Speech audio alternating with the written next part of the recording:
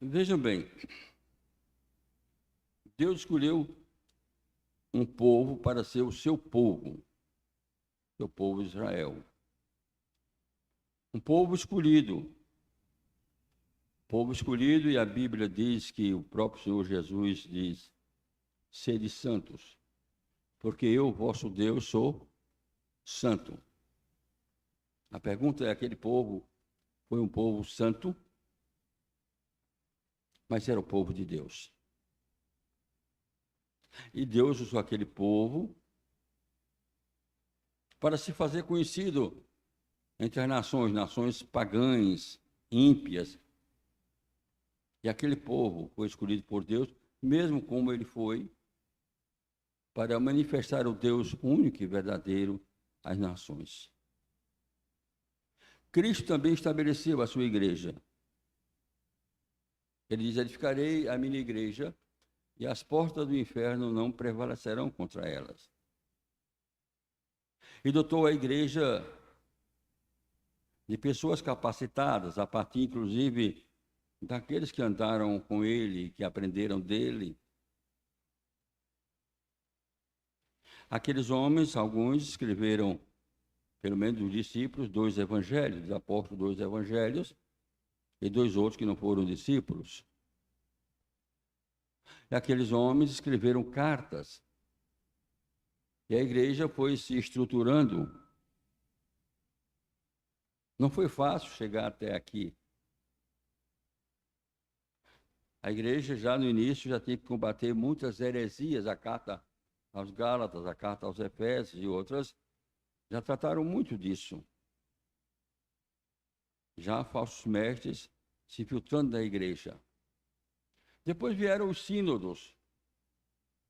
E os sínodos, meus irmãos, foram verdadeiras batalhas eclesiásticas.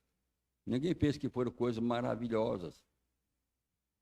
Por exemplo, a questão do docetismo, a questão se Jesus Cristo é verdadeiramente homem e verdadeiramente Deus, ou primeiro, se ele é verdadeiramente Deus e verdadeiramente homem, ou se ele é apenas Deus e não homem.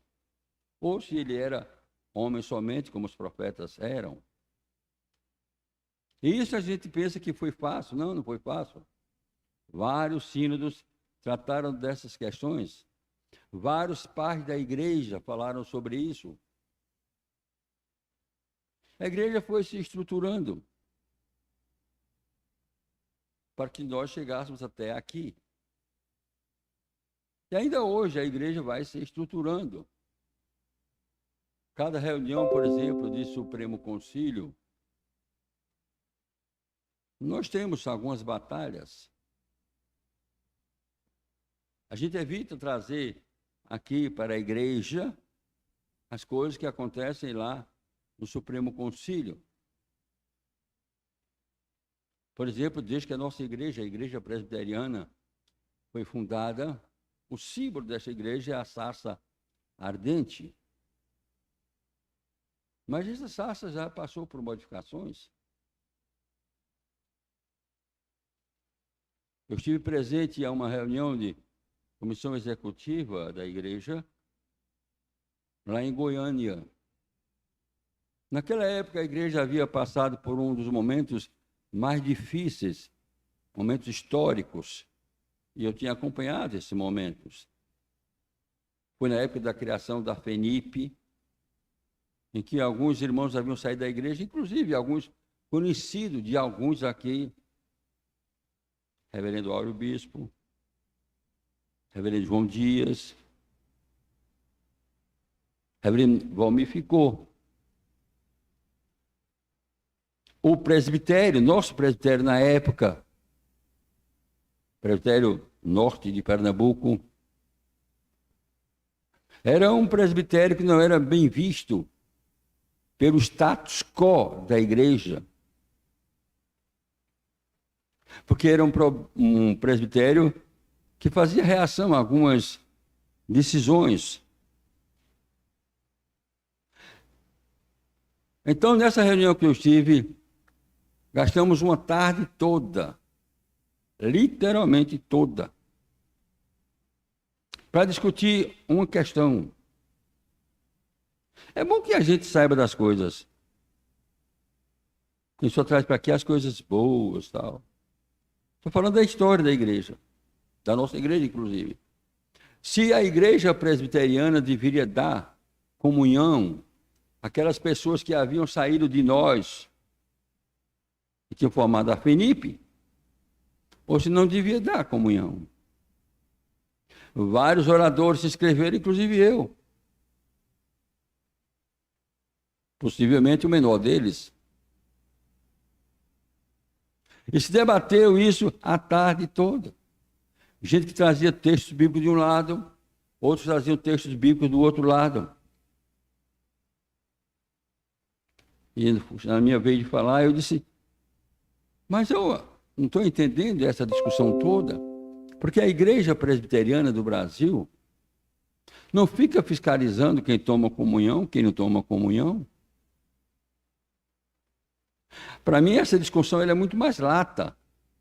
É se nós vamos considerar essas pessoas saíram crentes ou não. Para mim, a discussão passa por aí. Pois bem, quando chegou o final da reunião daquela tarde, a matéria foi votada. E resolveu-se que não deveríamos dar comunhão àqueles que haviam saído e formado a Federação de Igrejas. Aí eu disse, mas é mais uma decisão que não vai vingar. Não vai. Aí o presidente, na época, olhou para mim, no meio de todo mundo, e disse, se o senhor não obedecer, o senhor é passivo de ser processado. Eu disse, o primeiro a ser processado é o senhor, que não vai cumprir. Que ninguém vai cumprir. Mas vamos andar para frente. Porque para trás nem empurrando o carro. Moral da história, ninguém cumpriu. Porque existe quase 100 decisões, quase 100, de debates assim na igreja, que nunca foram cumpridas. Nunca. E que baixam até nós. Recentemente, a discussão grande é se a mulher deve pregar, não deve pregar, se deve falar, se não deve falar. Na igreja. E aqui em nosso presbitério, faz alguns anos, levantou-se essa discussão também. E olhei para um dos oradores fervorosos na época. Eu disse, mas sua esposa ministra louvor. E quem ministra louvor, fala. A igreja, ou não fala? Bora, irmãos, vamos cantar, vamos louvar. E sua esposa é professora de escola dominical. E se ela é professora de escola dominical, ela doutrina. Ou não doutrina? Mas sua esposa é. E continua sendo. E o senhor agora defendendo que não pode. Então, por que não impede logo? Foi um problema sério, recentemente. Debruçar-se, meus irmãos, diante da palavra de Deus, para procurar entender, veja bem, não estou censurando A, B ou C, porque essas discussões acontecem, porque se eu estiver lá, eu também estaria discutindo essa matéria, ou outras matérias, e todos estão bem intencionados, não estou dizendo que ninguém está com má intenção lá, em presbitério, em Supremo Conselho, ninguém. Mas a pergunta séria que fica é, será que nós estamos preocupados com a igreja do Senhor, com a santidade da igreja? Ou será que nós estamos querendo medir forças e ver nossas posições pessoais, às vezes? E a pergunta vai continuar. Fazendo isso, estamos andando como Jesus andou? Fazendo como Jesus fez? Amando como Jesus amou? Será? O texto que nós vamos ler em 1 João, no capítulo 2, versículos 3 a 6, é um texto simples. Por enquanto, pode até continuar na tela. Diz: ora, sabemos que o temos conhecido por isto, se guardamos os seus mandamentos. Vamos, meus irmãos, aprender um pouco a ler. Eu não estou dizendo que os irmãos não sabem ler, por favor. Na minha classe que eu tinha aqui para líderes, eu pedia para algumas pessoas fazerem leituras. Eu dizia ao irmão ou à irmã: você está lendo mal. O senhor está dizendo que eu não sei ler? Não, em absoluto, não estou dizendo isso. Aí vamos ler certo. Por exemplo, quando você lê a parábola do filho pródigo, existe ali vários personagens da parábola. Você não pode ler no primeiro tom, do mesmo jeito, porque existem perguntas, existem indagações, existem exclamações. Então, tem um participante, tem outro participante. Então, a primeira coisa que eu digo, veja o que é que João está dizendo. Ora, sabemos que o temos conhecido por isto. 2 pontinhos. E ele vai explicar. Se guardamos os seus mandamentos. Deu para entender como a coisa muda quando a gente explica? Ora, sabemos que o temos conhecido por isto. O quê? Se guardamos os seus mandamentos. Aquele que diz eu o conheço e não guarda os seus mandamentos é mentiroso. E nele não está a verdade. Aquele, entretanto, que guarda a sua palavra, nele verdadeiramente tem sido aperfeiçoado o amor de Deus. Nisto sabemos que estamos nele. 2 pontos. Aquele que diz que permanece nele, esse deve também andar assim como ele andou. E é aqui que nós vamos começar o nosso estudo. Nós hoje não teremos o culto, teremos só a escola dominical. Portanto, eu estou com o relógio aqui, estou vendo outro relógio, mas não estou preocupado. Quem que achar que está falando muito, pode sair, tomar água lá, não tem problema. Eu vou colocar aquilo que Deus colocou no meu coração e eu preparei. Se terminar antes, a gente terminou. Não vou aumentar, não. A pior coisa que eu acho na vida, e tive que fazer muitas vezes, é ser convidado para fazer uma palestra e dizer: sua palestra é de 50 minutos. Porque depois tem o outro palestrante. Aí, quando dá 45 minutos, a gente começa a fazer a conclusão. Aí chega o rapaz que está medindo o tempo, lá com a tabuleta, lá atrás e mostra. Lá atrás, para ninguém ver, só a gente vê. Falta 5 minutos. Aí a gente vai. Falta 2 minutos. E vai. Quando está terminando, aí ele chega lá e faz. Enrola. Por quê? Porque o outro palestrante não chegou. Já está terminando. Aconteceu muito comigo. Vai, continua. Porque o pessoal não pode ficar assim. Aqui na igreja a gente pode trazer um conjunto, tal, mas lá não. Então, vai. Aí você disse que já estava terminando, o avião já está pousando, né? Tenho que arremeter novamente. Aí você não sabe quantos minutos. Aí tenta ir, vai mais 5 minutos ele aparece. Continua. Já aconteceu muito isso, inclusive em encontros casais.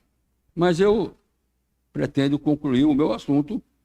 Aqui eu me propus, aqui estudei, aqui eu orei para trazer aqui para a igreja. Quantas pessoas aqui,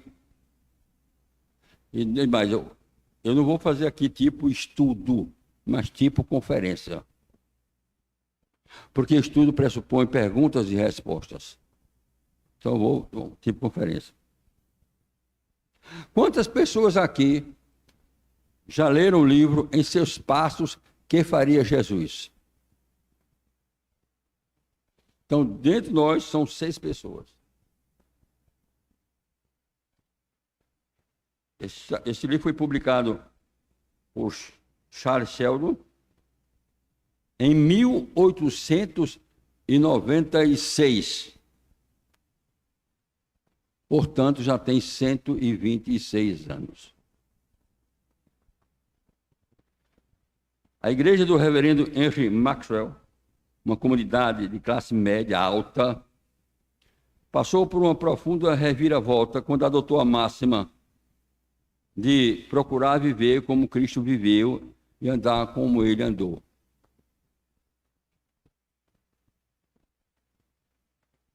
Note bem o propósito da igreja. Isso começou tudo no dia em que a igreja, classe média alta, entrou um indivíduo muito pobre, necessitado, e a maneira como aquele pastor, Henrique Maxwell, teve que tratar aquele homem. Ele ficou tão contrariado, comparando a maneira como ele estava vivendo e a maneira como muitas pessoas pobres, párias da sociedade, viviam. E que a igreja, mesmo podendo, não estava atendendo aquela comunidade, que ele resolveu reunir um grupo primeiro, trazer aquela ideia, porque primeiro Deus falou a ele. Como é que nós vamos ver agora viver como Cristo viveu, andar como Cristo andou?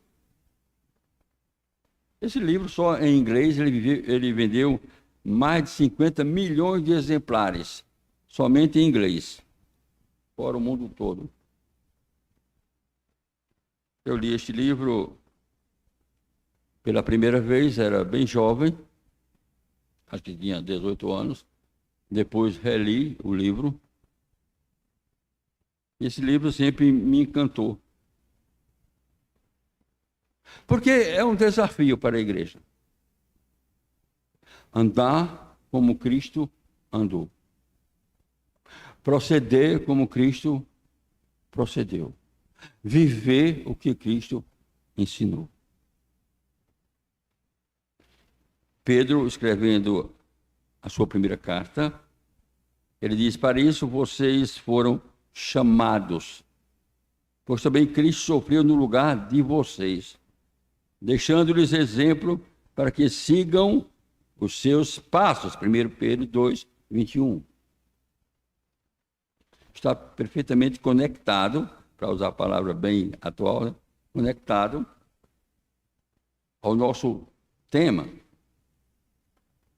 Em 1 João 2,6, texto que nós lemos, diz: aquele que diz que permanece nele, esse deve também andar como ele andou.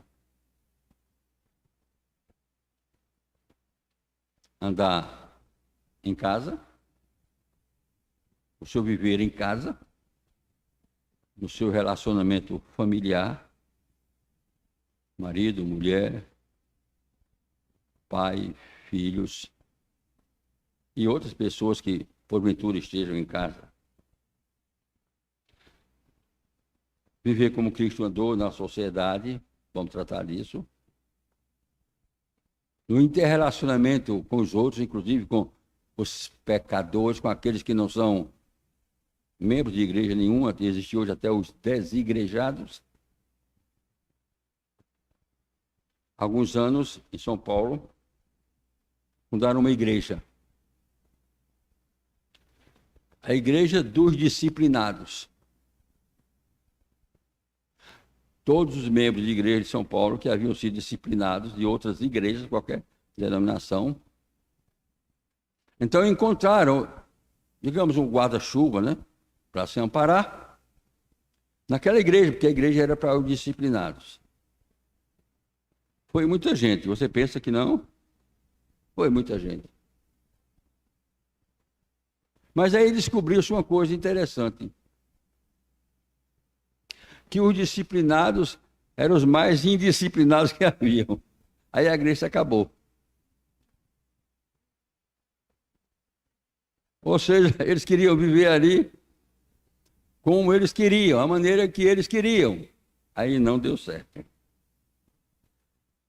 O Dr. Thomas Before Maston escreveu o livro Andar como Cristo Andou.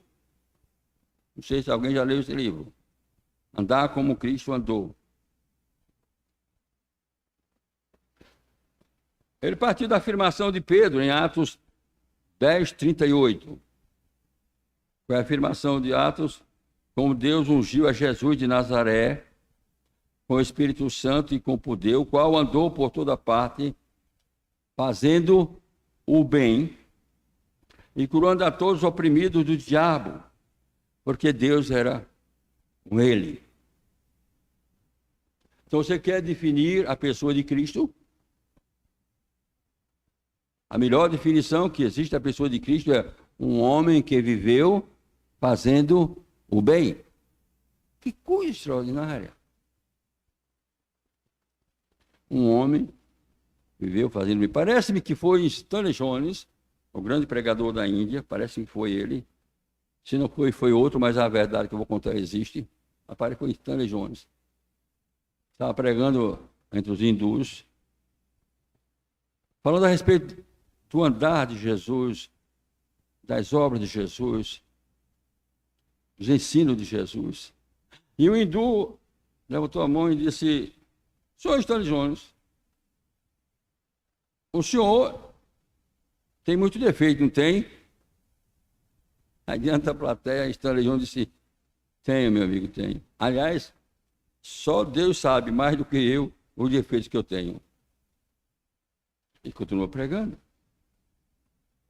Daqui a pouco o hindu levantou a mão novamente e disse: Senhor Stanley Jones, o senhor também tem muitos pecados. Disse, como eu tenho. Aliás, não tenho mais porque Deus já perdoou. Mas de vez em quando eu cometo meus erros, as minhas culpas. Aí olhou para o hindu e disse: bom, até agora eu já falei mais ou menos meia hora, falando a respeito de Jesus.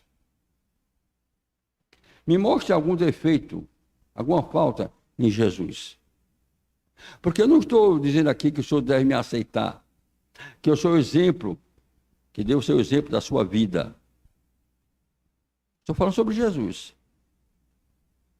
Estou apresentando Jesus. Então, me mostre um defeito, um pecado, alguma coisa que desabone a personalidade, o caráter de Jesus. Aí o hindu se rendeu a Jesus. Todos nós somos pecadores, todos nós temos nossos defeitos. Eu me lembro um dia que estava tratando o assunto com uma senhora no gabinete, aconselhamento, e ela olhou para mim e disse: como o senhor é um homem maravilhoso. Aí eu olhei para ela e disse: minha irmã, não confunda não. É melhor a senhora conversar com minha esposa. Vai conversar com ela. Não estamos tratando aqui da minha pessoa. Estamos tratando como tratar do seu assunto à luz da palavra de Deus. Maravilhoso é o Senhor Jesus. A Bíblia diz que Ele é maravilhoso. Não confunda a pessoa de Adalto Lins com o pastor Adalto Lins. Todo esse tempo que eu estou aqui na igreja, vocês conhecem o pastor Adalto Lins. O pastor Adalto Lins. Eu costumo dizer que 4 pessoas conhecem a gente. Primeiro, Deus. Deus conhece cada neurônio em nós. Mas a segunda pessoa que conhece a gente é o diabo. É triste, né? Mas é. Primeiro Deus, depois o diabo. Como o diabo nos conhece? Conhece. A terceira pessoa, se for homem, é a mulher. Mas nem tanto, porque ele esconde muita coisa da mulher. Lógico, ele tem a individualidade dele. Não venha com essa, eu não tenho segredo. Já começou a mentir. Quem disser isso já começou a mentir. É pior ainda. É pior ainda. A quarta pessoa é o pastor. Quando ele passa muito tempo na igreja, Ele começa a conhecer as pessoas.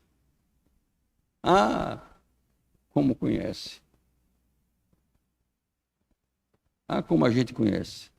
Ah, como você tem informações que você diz, nem as paredes confessa, né? Não tem aquela música. Informações que você morre e não pode dizer.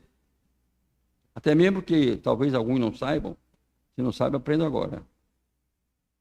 Se você contar um segredo a mim, e eu violar esse segredo, isso é crime. Dá de 6 meses a 1 ano de prisão. Está lá no Código Penal. Começa por aí. É o segredo de confissão. É aquele segredo que chega diante do juiz, o juiz, o senhor sabe disso? Sei. O que é que o senhor sabe? Não posso dizer. O senhor, sei. Mas não vou dizer ao senhor. O senhor quer dizer? Sou obrigado, não. Isso foi me contado em confissão. E a lei me garante o direito de confissão. Portanto, nem mulher, nem filhos, nem ninguém. Aquilo que eu sei foi me contado. O que não foi me contado em confissão é público. Mas contado em confissão, não. Só eu sei. Nem a mulher sabe. Nem a mulher sabe. Quando eu, às vezes, chego, me sento lá numa rede, fico quietinho, ela assim, está fazendo o quê? Estou trabalhando. Você está com problema? Conte. Esse problema não conto porque não é meu. É dos outros. Mas vamos em frente. Um homem que viveu fazendo bem e curando todos os oprimidos do diabo, porque Deus era com ele. Nós andamos assim. A primeira coisa que eu quero ler, são muitas, mas eu vou levantar nesta manhã apenas 3. Jesus deu ênfase a um novo estilo de vida. Meus irmãos,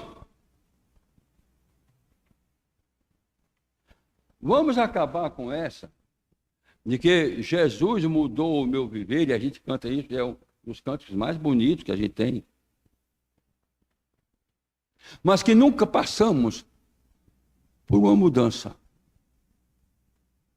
Continuamos as mesmas pessoas,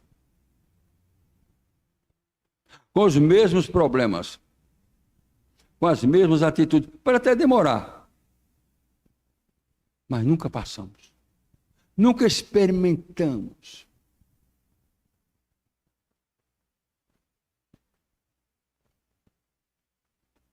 Eu era uma pessoa difícil de perdoar, ainda sou. Mas Deus já mudou muito, já fez um bom trabalho em mim, graças a Ele. Já contei isso aqui à igreja. E havia umas 2 pessoas aí, não eram daqui. Foi no meu tempo de diretor do colégio,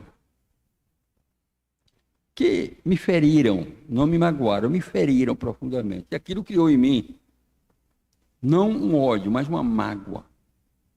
Porque o ódio provoca vingança. O ódio você diz, eu vou me vingar. Ou então dizer, Deus vai se vingar dele em meu lugar. Deus não é capanga para estar se vingando em lugar de ninguém. É a coisa mais errada que a gente diz. E aquilo ficou, eu pregando aqui na igreja e tal. E um dia eu chorei, sozinho. Estava preparando um sermão aqui para a igreja, e o sermão falava sobre a passagem lá de Pedro. Senhor, quantas vezes devo perdoar meu irmão? Até 7 vezes?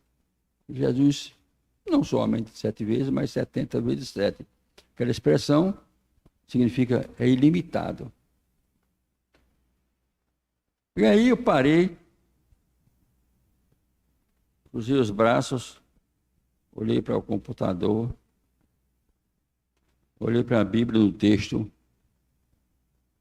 e orei. Comecei a chorar e disse, Senhor, está tudo errado comigo. Está errado, está errado, está errado. Eu não posso pregar isso, não. Meu coração está ferido, magoado. Toda vez que eu me lembro dessas pessoas, eu fico machucado. Estou ficando doente. Está tudo errado. Chorei mesmo. Joguei as lágrimas e disse: Senhor, limpa. E Deus fez uma coisa maravilhosa comigo a partir daquele dia. Você pergunta: pastor, o senhor tornou amigo daquelas pessoas? Não tornei amigo dela, não. Por que não se tornou amigo? Porque eu passei a não confiar mais nela. Não é mais de minha confiança. Mas nunca mais tive problema de me lembrar dos nomes delas. Nunca mais. Aquilo limpou meu coração. Chorei, limpou. Agradeci a Deus e fui preparar o sermão. E daí por diante, Deus me colocou uma coisa no coração. Nunca mais guardar mágoa, nem ódio. Nunca mais. Mas perdoar. Jesus nos ensinou um novo estilo de vida. E isso, meus irmãos, foi um desafio para os seus discípulos. Assim como é um desafio para nós hoje. Pessoas que dizem que passaram por uma mudança, que Cristo mudou, mas continua do mesmo jeito. Do mesmo jeito. Na família, com os amigos, nos negócios, no dia a dia.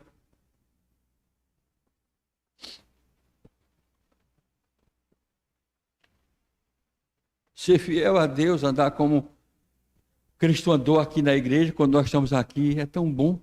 E mesmo assim, alguns ainda nem andam. É tão bom.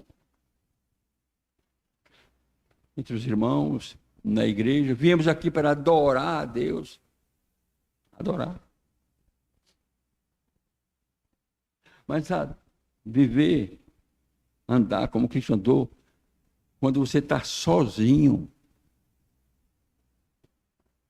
neste mundão, sozinho.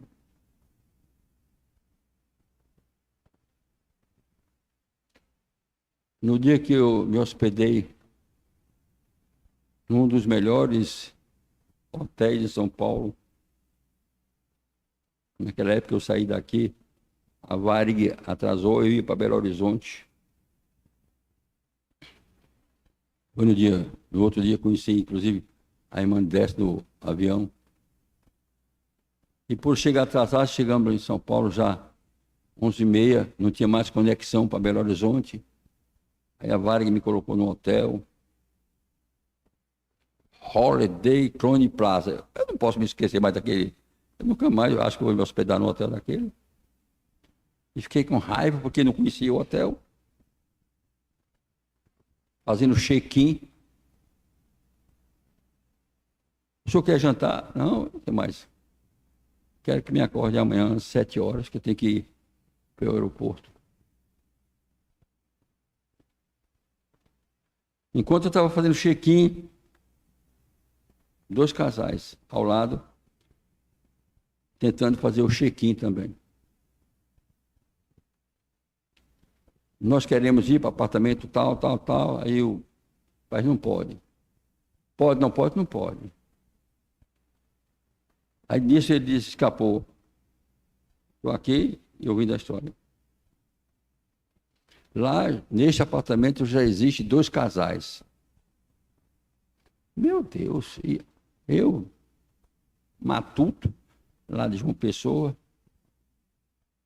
naquela época, a pessoa hoje cresceu muito. Não era acostumado com essas coisas. Não, mas nós somos uma firma tal, uma empresa tal, internacional. Aí disse, pode ser o que for, mas não posso. Tem outro, mas esse não. Quando terminei o check-in, sem botar, porque eu tinha minha carteira de advogado. O rapaz olhou, doutor, o senhor quer companhia? Meu amigo, eu estou cansado. Já é quase 1 hora da manhã, eu quero dormir, descansar. Não, porque se o senhor quiser, está aqui. Não, por favor, nem me mostre as coisas. Aí me bota numa suíte que com 2 camas, se larga, todo negócio, ar-condicionado, todo no apartamento, um bocado de coisa, uma banheira. Quando eu fui entrando, que fui pisando, acho que fui até caindo, tapete tão grosso. Eu disse, eu vou fazer um estrago aqui. Enchi a banheira, água morta, tudo com ar-condicionado, fiquei ali, usei logo 2 toalhas, tudo é ponta a parte. Depois me deitei e fiquei pensando, São Paulo, naquela época, hoje tem mais, 10 milhões de habitantes. São Paulo. Minha família em casa pensa que eu estou em Belo Horizonte, na reunião lá, na Comissão Executiva do Supremo Conselho. Ninguém sabe que eu estou aqui, ninguém. Naquele tempo, nem celular tinha. Eu digo, alguns amigos tem por aqui, mas ninguém nem sabe que eu estou aqui. Sozinho. Num hotel desse. Num aposento desse. Fazendo, entre aspas, o jornalista Paulo Francis dizia que toda pessoa deve, todo dia, reservar no mínimo meia hora para si, só para pensar. Toda vez que eu estou na hidroginástica agora, eu me lembro disso, digo, oh, que momento para pensar. É só fazer o exercício e pensar. Não é para conversar com ninguém. E pensar. Aí o cérebro. Então eu estava ali pensando. Aí disse, mas tem um aqui que está comigo. Ele está. Ele está. Ele me conhece. Eu não estou sozinho. Deus está comigo.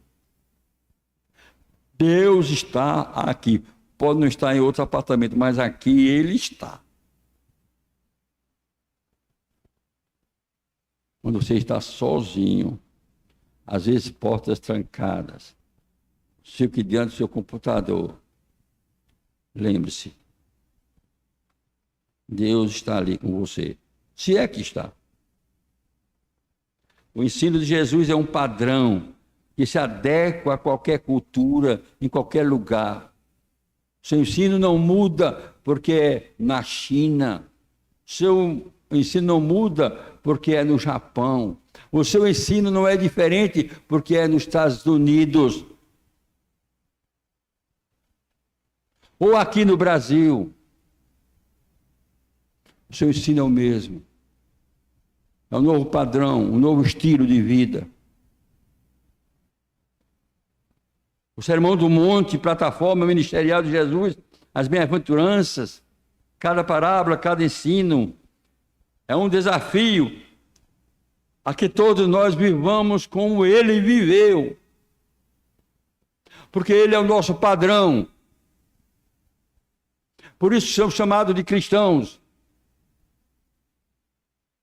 E diga-se de passagem, ser chamado de cristão não era nenhum elogio na época. Eles são os cristos pequenos, são os seguidores de um Cristo que morreu lá na cruz, de um Cristo que foi condenado. Eles são os seus seguidores.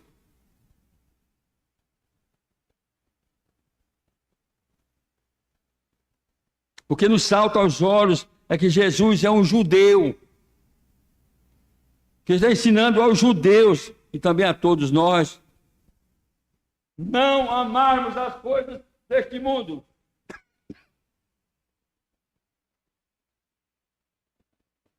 Porque a sua máxima é que nós somos peregrinos e forasteiros. Nosso lugar é no céu.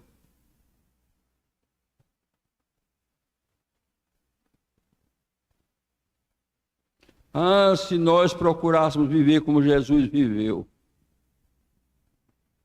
E nos desapegássemos dessas coisas. Eu não estou dizendo que você não deva ter a melhor casa, o melhor apartamento, o melhor carro, vestir a melhor roupa, comer a melhor comida. Não estou dizendo isso, não. Porque se Deus lhe deu condições, faça isso. Porque para isso foi que Deus deu. Mas não negue aquele pobre, aquele que precisa, ao faminto, um pedaço de pão. E não sai por aí julgando as pessoas. Não. Dizer a um judeu que ele não se apegue às coisas materiais, a um judeu.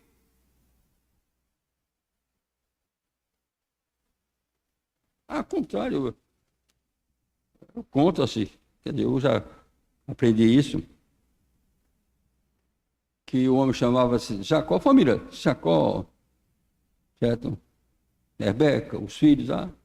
Aí Jacó adoeceu, muito doente, estava lá no hospital, quase em coma, sem poder falar, nada. Aí chega a esposa assim, Jacó, Jacó, Jacó, está tão doentinho, Jacó. Jacó, onde estão as escrituras dos imóveis? Jacó, e a senha as senhas de suas contas, Jacó. Aí Jacó olhou para a esposa e fez: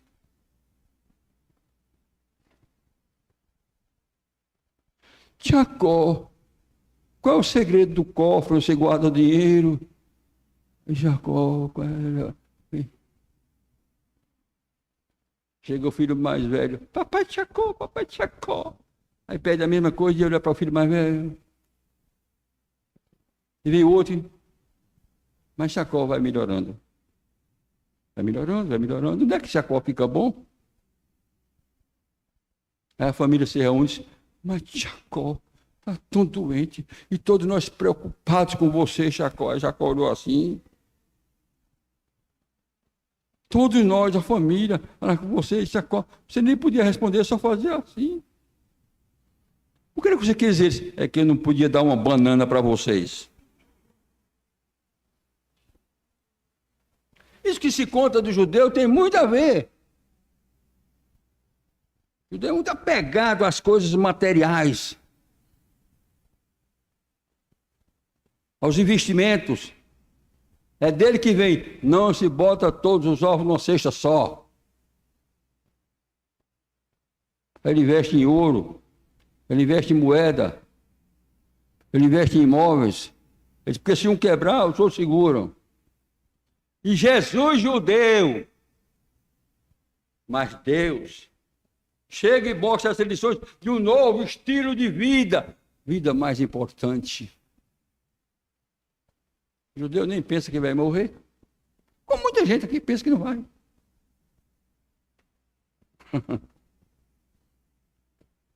Eu sei que eu vou morrer primeiro que muitos de vocês. Talvez nem todos.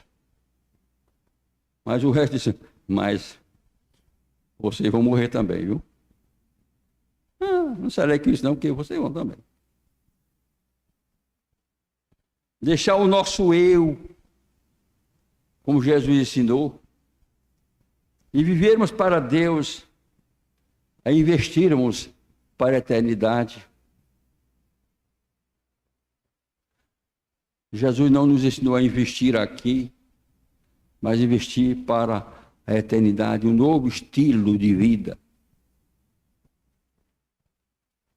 Andar como Jesus. É viver como ele viveu. Jesus Cristo veio para servir. Mateus 20, 28 diz: tal como o Filho do Homem, que não veio para ser servido, mas para servir e dar a sua vida em resgate de muitos. A lição de muitas pessoas é: primeiro eu, não é Deus não. Segundo, eu.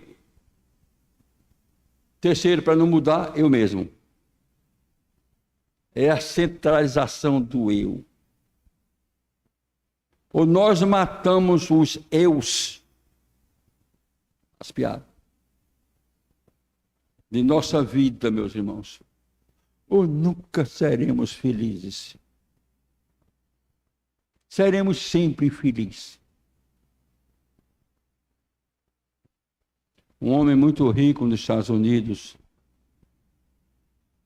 ele disse que o homem mais pobre que ele conhecia é aquele que não tinha outra coisa na vida a não ser dinheiro. Dinheiro, riqueza. É a pessoa mais pobre. Era aquele que não tinha outra coisa a não ser dinheiro. Na época de Collor, do governo Collor, alguns aqui se lembram. Algumas pessoas se suicidaram. Tinham não sei quantos milhões investidos em bancos, em moedas, em tudo. Foram dormir e se acordaram com 50 mil no banco. Só.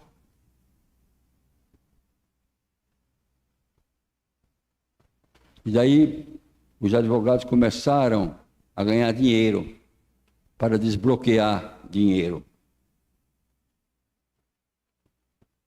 A igreja presbiteriana de João Pessoa, a primeira igreja, nós mesmo tivemos dificuldades para pagar ao pessoal, porque nós tínhamos pessoal que trabalhava, os trabalhadores da igreja, e também o pessoal da área eclesiástica, pastores, nós tínhamos evangelistas, e o mês estava chegando, no final do mês, e não tínhamos dinheiro para as despesas. E muitos advogados recorreram à Justiça Federal, eu inclusive, patrocinando causas para desbloquear. E algumas pessoas morreram. Morreram. Que se viram sem dinheiro. Sem dinheiro. Eu não sei. Primeiro, porque eu não sei porque eu não tenho dinheiro. Por isso eu não sei. O que aconteceria se alguém um dia passasse a experiência que Jó passou? Que Jó passou. Ter tudo e subitamente não ter nada. Existem duas palavras para serviço no Novo Testamento. Uma é diáconos e a outra é doulos. Diáconos é serviço, doulos é servo. Paulo chama a si mesmo de diáconos 5 vezes. Mas em algumas introduções de suas cartas, Paulo se autodenomina de servo, de doulos. Deus nos chama para servir. Se você pensa que Deus te chamou para você ser o que antigamente, agora eu vou bem atrás, lá, biscoito de geladeira, eita, faz muito tempo isso, né? Tem algumas palavras que desaparecem, mas continuam no mesmo sentido. Um dia desse eu tive a curiosidade de procurar no Google a palavra labafero. Antônio, que é um labafero? E eu pensava que aquilo era apenas uma gíria, mas não, existe. O substantivo labafero existe. Está lá, no Google. Mas depois me todo aqui.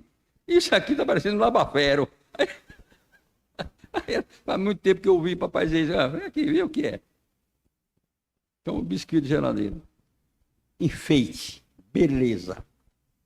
Beleza. Eu digo a vocês, sem medo de errar. Eu não estou me referindo à igreja presbiteriana de Olinda aqui. Mas pode até acontecer aqui, mas eu não sei. Mas eu não conheço nenhum caso, desse tipo. Mas que eu digo que em algumas igrejas, algumas mulheres são membros de lá. só para fazer desfile de moda. O objetivo é desfile de moda. Falar nisso, eu recebi aí uma mensagem, só para não me esquecer, de uma candidata, ela se diz evangélica, membro de uma igreja presbiteriana, tá ok? Aí diz, pastor Adalto, não sei, eu conheço, não me conhece, eu sou membro da igreja tal. Isso, candidato a deputado federal. Eu digo, meu Deus, a pessoa que é membro de uma igreja não merece meu voto. Pedir voto dizendo que é membro. São os nossos representantes. Bom, deixa isso para lá, vamos em frente. A vocação divina é para servir. A mãe de Tiago e João pediu a Jesus que os seus filhos tivessem lugar de proeminência no seu reino. Diz um texto bíblico do Evangelho, outro diz que foram eles mesmos que pediram. Parece que havia uma expectativa entre os discípulos de quem seriam os mais importantes no reino. Ou seja, a ideia perpassa e está clara nos evangelhos de que os discípulos esperavam que Jesus desse o grito, libertasse Israel, tornasse, quem sabe, o rei de Israel, e aí nós estamos por cima da carne seca. Me desculpe a expressão, mas sabe o que é isso, né? Por cima.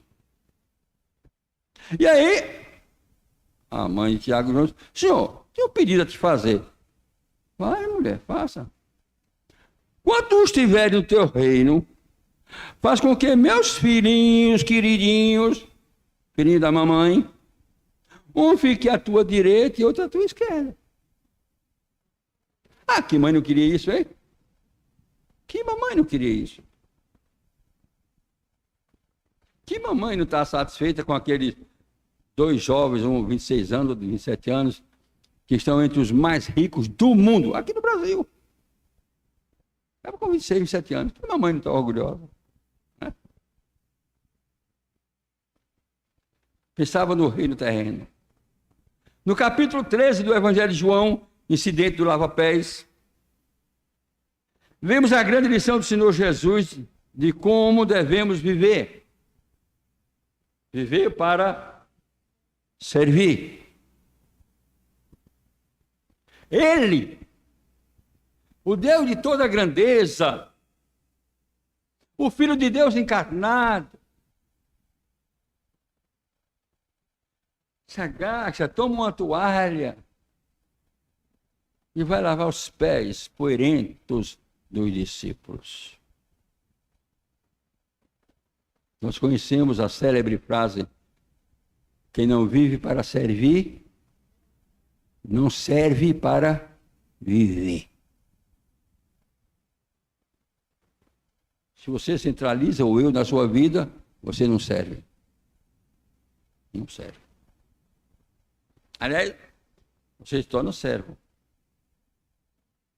Se torna servo. Mais do que servo, escravo. Escravo. Escravo do poder. Escravo do status quo. Porque uma pessoa que já tem tudo, às vezes numa cidade pequena, quer ser prefeito daquela cidade cujo dinheiro, a arrecadação não paga nem os Barnabés. Por quê? É o poder.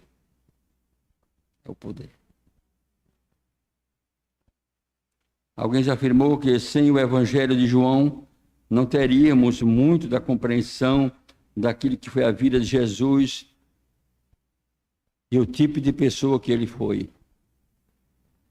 Embora João escreva sobre o verbo da vida e olha para Jesus sem aquela preocupação de ser filho de Maria, descendente de A, B ou C, que ele olha como verbo, ele é Deus. E ele começa o seu evangelho justamente assim. O verbo encarnado, ele é Deus. Em Mateus capítulo 26, 56 e Marcos 14, 50, são evangelhos sinóticos, que pela análise que nós temos, possivelmente o material de Mateus, foi trazido das informações do proto-Marcos, que é o mesmo evangelho de Marcos. Mas tanto Mateus como Marcos repetem, Lucas não repete, nem João. João não é dos sinóticos, mas não repete. Que quando Jesus foi preso, todos os discípulos fugiram.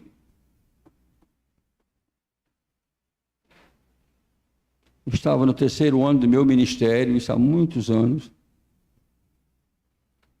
enfrentando uma situação difícil financeira na igreja. Quando li esse texto aqui, eu tinha dito à dona Mirtô, vamos embora, eu vou deixar tudo. Assim como eu lhe mantive antes, vou lhe manter, vou trabalhar. Nós vamos trabalhar juntos, eu vou lhe manter. Vamos nos manter. Aí Deus colocou na minha mesa, na leitura, naquele dia que eu tinha resolvido fazer isso. No dia que eu tinha resolvido fazer isso. Abandonar o ministério. Aí eu disse, meu Deus, que covarde eu estou sendo. Porque Cristo, quando mais precisava de amigos, todos fugiram.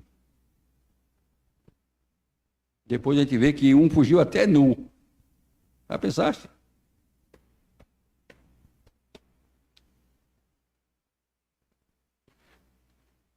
Abra sua Bíblia comigo na carta aos Filipenses, no capítulo 2, 5 a 7. Tende em vós o mesmo sentimento que houve também em Cristo Jesus, pois ele, subsistindo em forma de Deus, não julgou com usurpação o ser igual a Deus.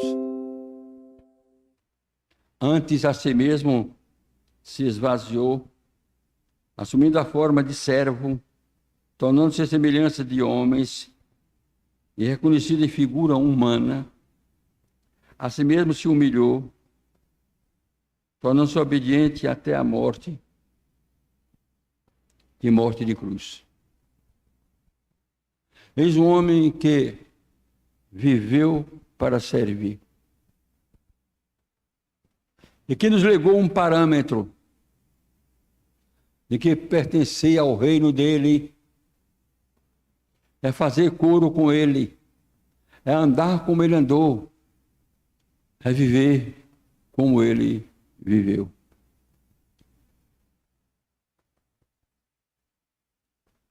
Só existe uma forma de grandeza, diz o Dr. William Buckley, só existe uma forma de grandeza, que é a grandeza de servir. Para o Evangelho, nos ensinamentos do Senhor Jesus Cristo, ser grande não é ser servido, mas é servir. Por isso ele diz que não veio para ser servido, mas para servir. Ele se dá a sua vida em resgate por muitos.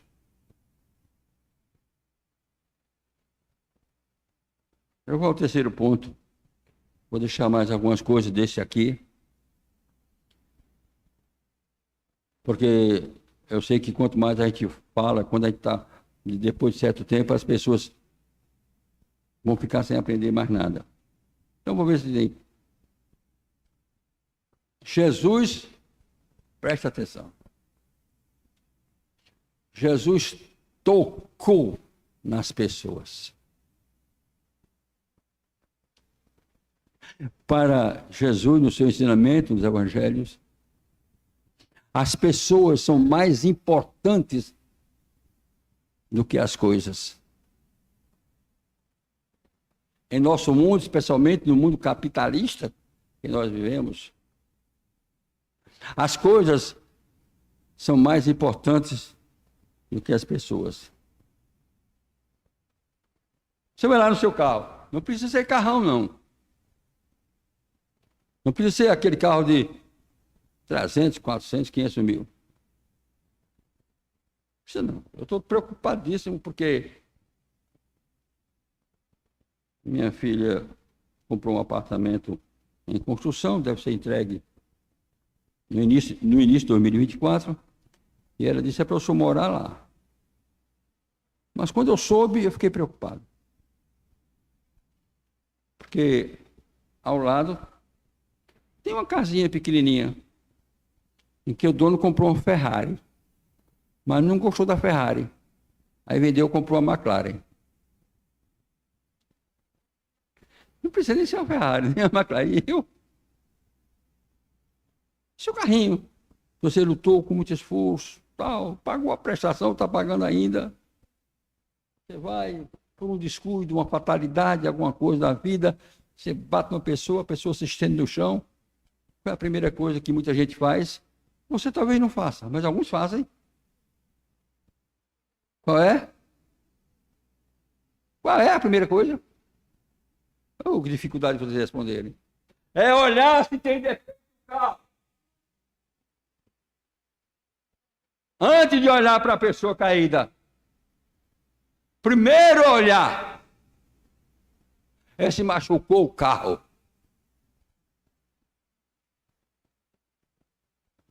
Vocês acham que eu estou errado? Que não tem gente assim? Acham que estou errado?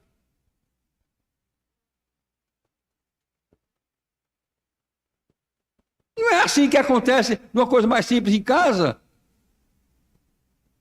Como? Você tem um empregado em casa.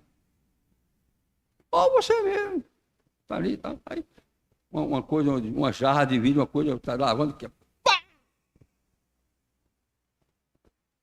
Aí vem o filho, vem o marido e tudo. Vem perguntar se você se cortou. O que foi que quebrou? É ou não é? Estou falando errado?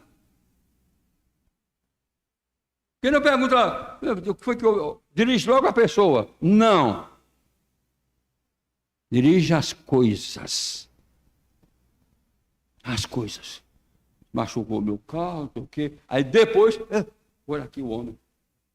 E se vai olhar por quê? Agora eu tenho que responder um processo. Será que ele morreu? Será que não morreu? Enquanto Jesus andou fazendo bem, ele olhava, conversava, ouvia e tocava nas pessoas.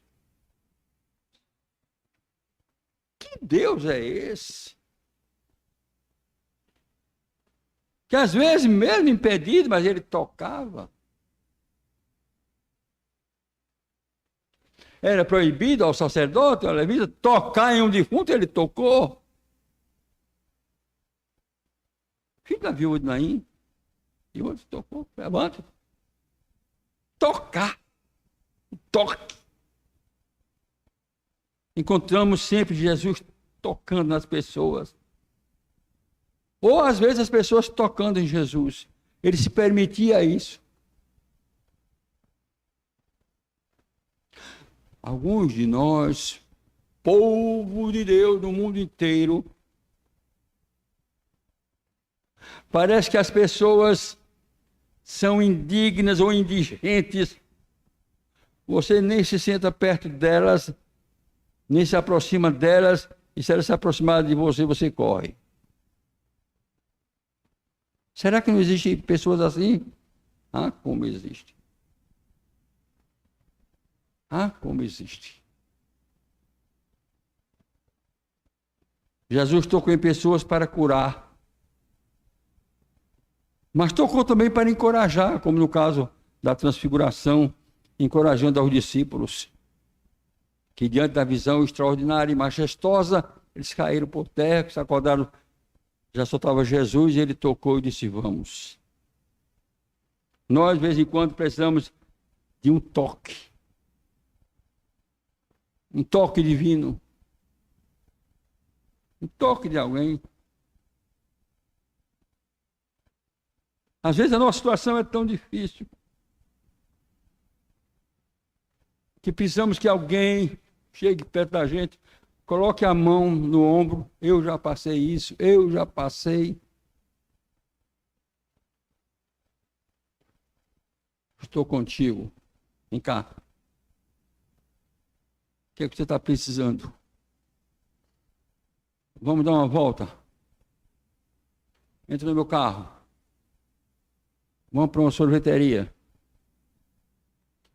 Vamos para a praia. Não é tomar banho de praia, não. Vamos sentar no calçadão lá. Vamos conversar. Vem cá. Vem cá. Mas, na maioria das vezes, mesmo que seja por um pecado ou por um problema que a pessoa esteja sofrendo ou causa assim, um casal que esteja se separando, um tumulto na vida, marido, mulher, filho, família, tudo. No meio a religião.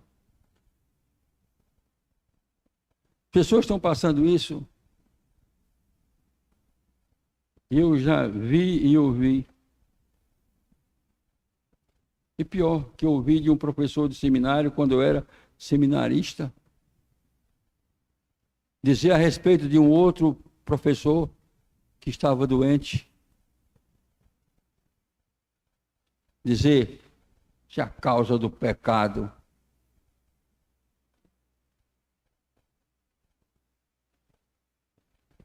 e eu dizer, nessa hora eu disse, em plena sala, porque ele disse na sala, eu disse, o senhor é santo, e por isso o senhor está aí saudável. Como foi? Eu disse, o que eu acabei de dizer, que o senhor não é surdo, não vou repetir. Não vou repetir. Se fosse por essa razão, todos nós estaríamos enfermos na cama. Desrespeito à autoridade do professor. Desrespeito, não. Seriedade que ele precisava ouvir. Alguém precisava ter coragem para dizer. Como muitos dizem, não quero nem saber. É teu irmão. Teu irmão que está na lama. Teu irmão está na lama. Teu irmão que caiu. Problema dele. Eu não vou sujar a minha roupa alva de neve, de santidade, né? Não vou me sujar com ele. Não vou fazer isso, não.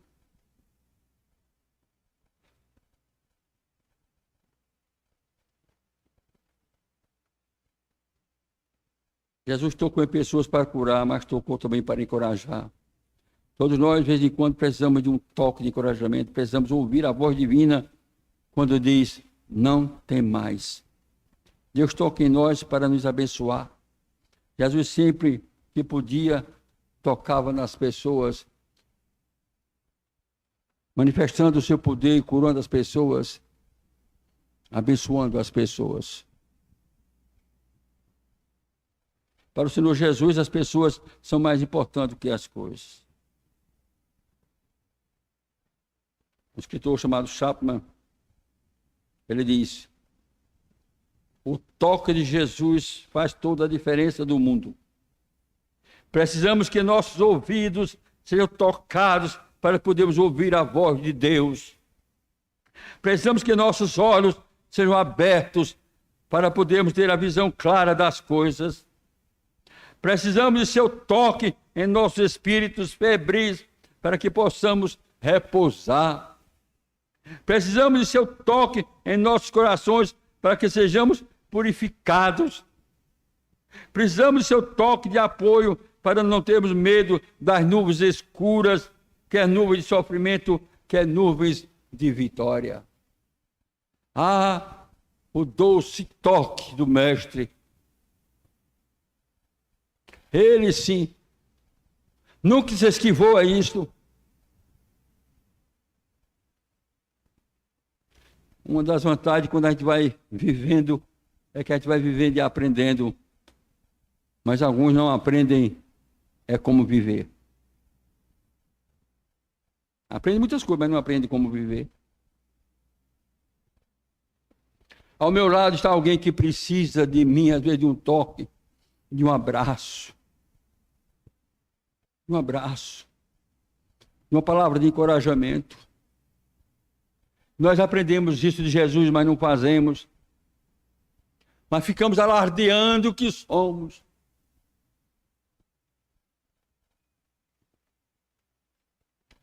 Eu vou parar aqui, mas antes de parar, eu queria ler para vocês uma página.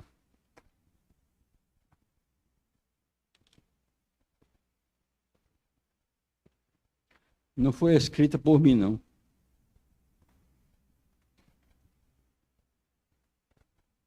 O toque da mão do mestre.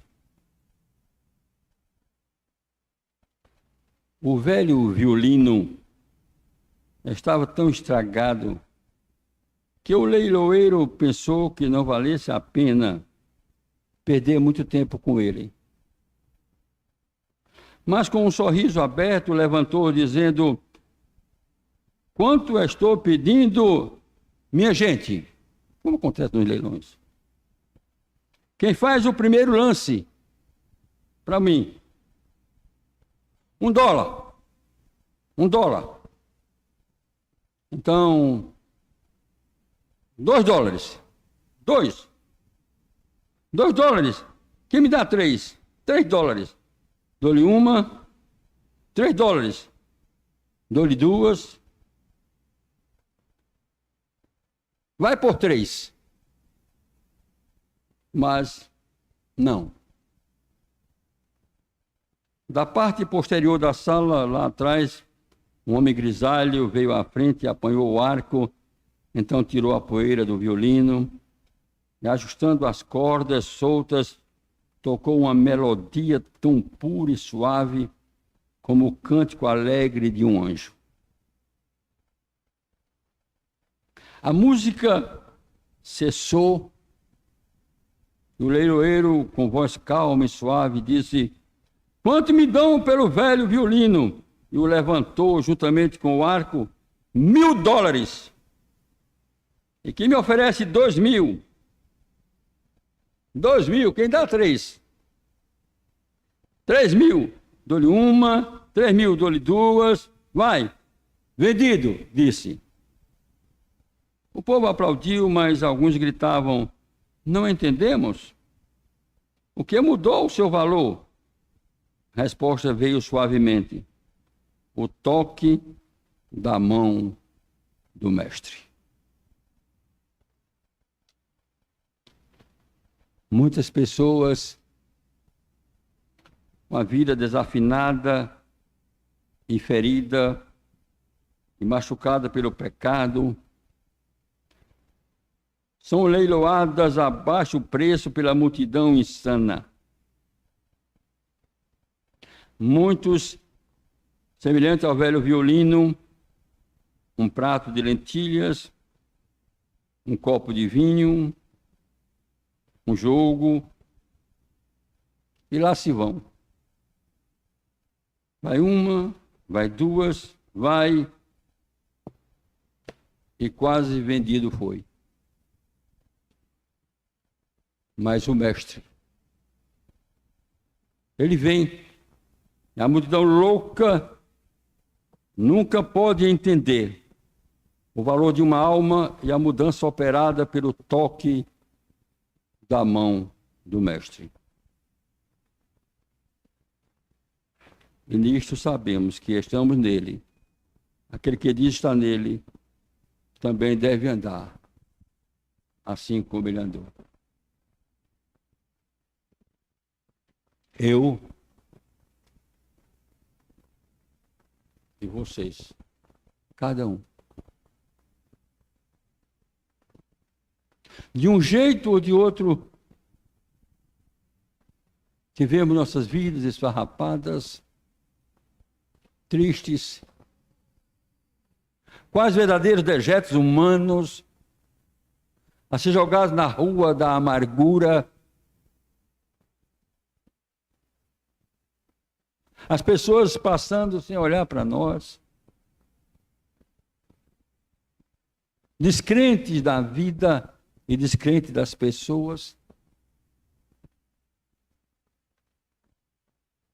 Um dia, fomos tocados por Jesus. Ele, o Deus soberano, que se fez homem, que se fez servo, veio até vocês, eu. Quando estávamos na sarjeta do pecado, tocou em nós e disse: você é meu. Ele nos deu vida. E disse: ande como eu andei. Viva como eu vivi. Ensine o que eu ensinei. Isso, meus irmãos, é vida cristã. Isso, meus irmãos, é vida com Jesus. Isso, meus irmãos, é cristianismo. Isso, meus irmãos, é ética cristã. Isso, meus irmãos, é valor inefável. O resto é balela. O resto é conversa fiada. Vida verdadeira de andar como Jesus é quando você está sozinho, diante de desafios da vida. Quando você está sozinho em casa com a sua esposa ou com a sua família. Naquele círculo das pessoas que te conhecem. Teu procedimento, tua maneira de falar, tua maneira de ser, ali. Ali. Quer saber como eu sou? Pergunta a minha mulher. Quer saber como ela é? Me pergunte, mas eu não digo. Estou avisando logo. Só para mim. Pergunta aos meus filhos. Pergunta. E eu ontem tive um dos momentos mais felizes. Quando um filho disse: pai, eu vou aí só para almoçar com o senhor fora. E veio ele e a esposa. E nós saímos. E conversamos. Passamos a tarde. Depois fomos até na Ribeira, onde estava o outro filho.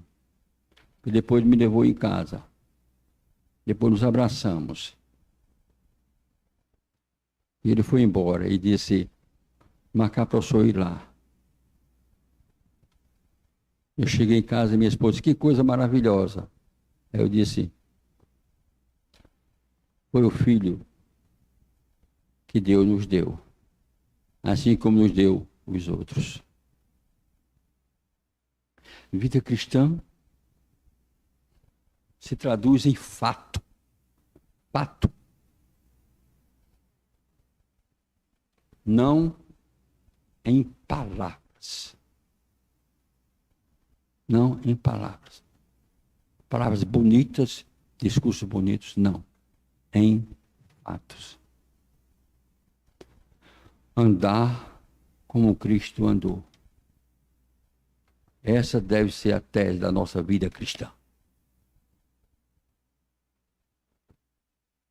Qualquer coisa que você for fazer na vida, foi assim que a igreja de Raymond, o reverendo Maxwell Wright, começou o seu movimento. Tudo que as pessoas iam fazer, todas as oportunidades que tinham para decidir, perguntavam: se fosse Jesus que estivesse em meu lugar, como eu faria? Você já pensou? Você sair daqui dessa manhã? Você não, nós todos saímos daqui desta manhã, justamente, Jesus estivesse em meu lugar, diante dessa circunstância, como eu procederia? Deus nos abençoe. Amém.